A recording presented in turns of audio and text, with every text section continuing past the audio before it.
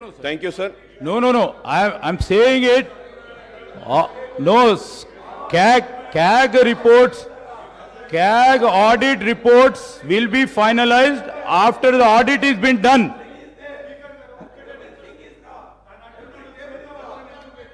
Honorable Speaker, sir. It's well taken, sir. I take what Honorable Legislature Minister Saab had said, sir. But Honorable Minister Saab, please, I don't want to go in that argument because there are many other things which needs to be discussed. Sir, I just want to mention one thing. Kindly, sir, please see page 7 in table number 3 and page 10 in table number 5. Same financial figures are different, sir. अब यहाँ भी auditing होना बाकी है क्या साहब? अब आप बोलिए, क्या यहाँ भी होना बाकी है?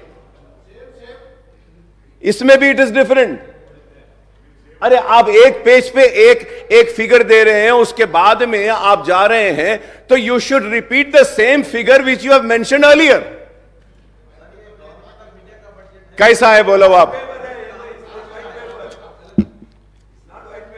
Sir, what has happened in the past is the fact, and you have inherited the state finances with the change of government in the state. Now it is the responsibility of the new government to take the state forward. As also, sir, about depth also, sir. Page 18, table 8, we are telling the figures which are accounted, sir. Honorable Speaker, sir, I want to correct. Sir, on page 18, table 8, we are talking about the figures which are already accounted, not estimated. Please see the budget brief book, sir.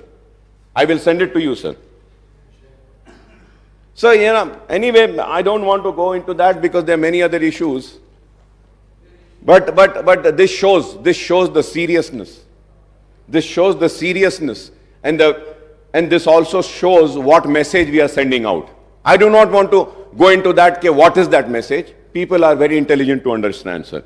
Sir, when I spoke on the governor's address, I had requested the new government to come up with a white paper on financial implications of the poll promises, guarantees and declaration of Congress, and the time frame proposed by the new government for implementation of all promises, guarantees and declaration. I was expecting that in this white paper. Though that white paper will also be there. I was searching for it, but I couldn't search. So probably next session, I expect that, sir. I understand that the guarantee, declaration and other promises are unconditional without laying down any restrictions on eligibility of the beneficiaries, sir. I am using this word once again, sir, for the record, sir. I understand that all the guarantees declared and other promises are unconditional, without laying down any restrictions on eligibility of the beneficiaries, sir. Sir, I would like to point out a strange coincidence that the Congress, which conceded the demand of separate Telangana state, lost power both at the center and in state when the United Andhra Pradesh was bifurcated and new Telangana state came into existence in June 2014, sir. The BJP-led government took office at the center, then TRS, now BRS, assumed power in the state at that time. What has been the fate of the various state governments led by the parties other than the BJP and its allies across the country since 2014 is known to everyone. So the Congress government is in different states have suffered equally along with government led by the regional parties in other states in the last 10 years due to discriminatory policies pursued by the central government. The Union Finance Ministry, the Reserve Bank of India and other regulatory bodies exercise tighter control over the state finances through the tight-fisted devolution of central taxes and grant in aid to the states on the one hand and instance on strict adherence to the FRBM Act on borrowing by the states on the other, sir. The central government effectively reduced the state share and devolution of central taxes by keeping certain taxes and cesses and additional levies outside the purview of devolution, sir. Sir, I was expecting, Honorable Speaker, sir, when the white paper was laid, I was also expecting that there would be a table, the statement showing that what was the due share of the state of Telangana, which was needed to be given by the government of India, year-wise, which has not been released to the state of Telangana. But I am again and again searching the white paper, sir, it is not mentioning, sir. But I would like to mention it, sir. Because my learned friend of BJP are also here, they can pursue the government of India and get the amount released for our state, sir, which is our due share, sir. Sir, state share and central taxes, sir, right from the year 2014 and 15, 15 and 16, 16, 17, the total amount in budget estimate was 1,42,843.82, sir.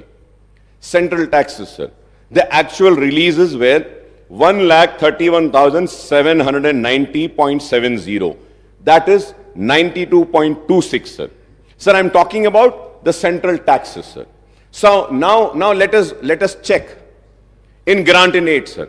Sir, in grant in aid, sir, the total amount which was anticipated by the state government from the year 2014 and say later 2022-23 tak, sir, it was 2,02,951.97.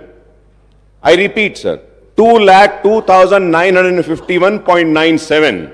But the actual releases by the government of India is only 91,368.71, sir. तो जब हम ये देखते हैं, sir, if we have to calculate the total releases, sir, it is only 45%.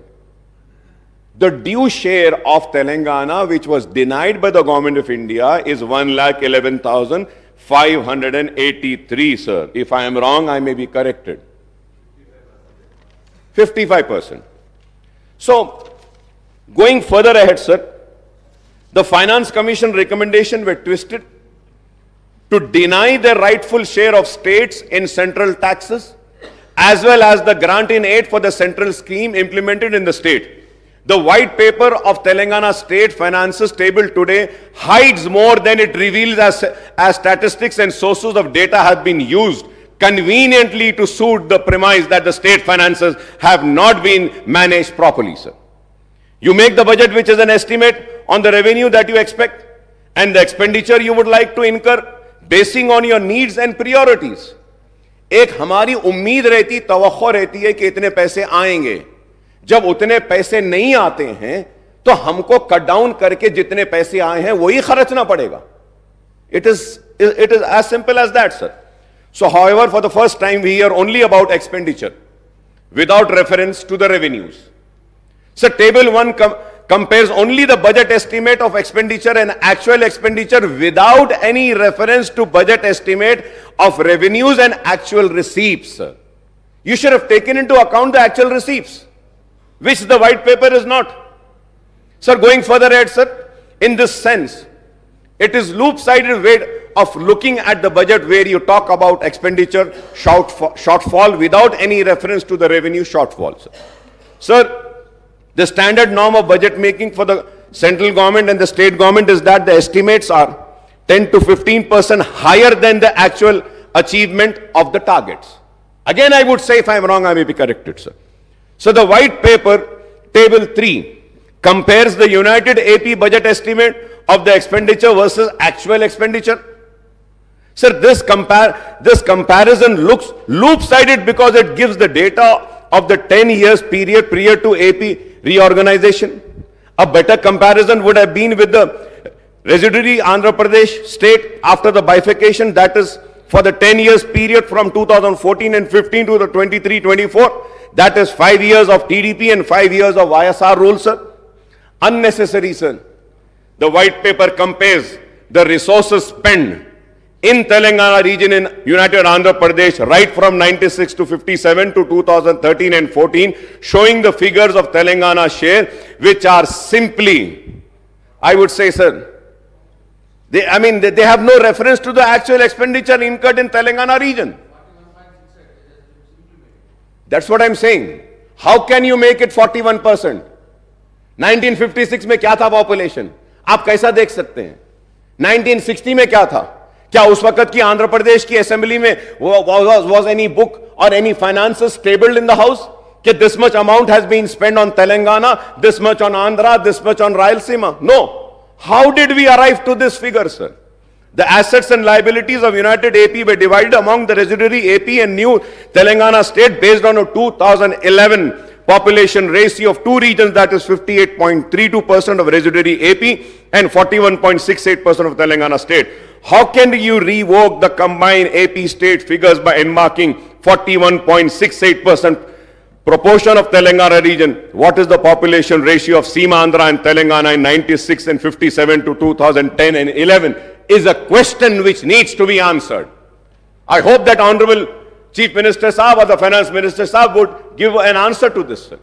So this is how the bureaucrats play with the credibility of their political bosses by passing off the cooked up figures, sir. They don't give the right figures, sir. The source is shown as budget document in the United AP for this data. Can you show one? Can you show one budget document of United AP where the cited data is shown in Telangana? For Telangana, it is shown. The white paper talks about the trends in actual revenue receipt, again without reference to budget estimate of the revenue receipts. Again, the white paper cites the actual outstanding debt trend without reference to estimates and making comparison with the FRBM norm. The white paper also cites the year-wise principal and interest repayment leading to increased debt servicing burden. The data is cited from the state budget document and not from the CAG, sir. Honorable Speaker, sir, not from the CAG, sir. So the white paper lists out the government guarantees, loans raised by the special purpose vehicle, corporation and serviced by the government, and the loans raised by SPVs and serviced by them, and non-guarantee loans which are raised and serviced by SPs and corporations and institutions. So the white paper also lists out the status of financial progress of ongoing works in various departments under capital expenditure, sir.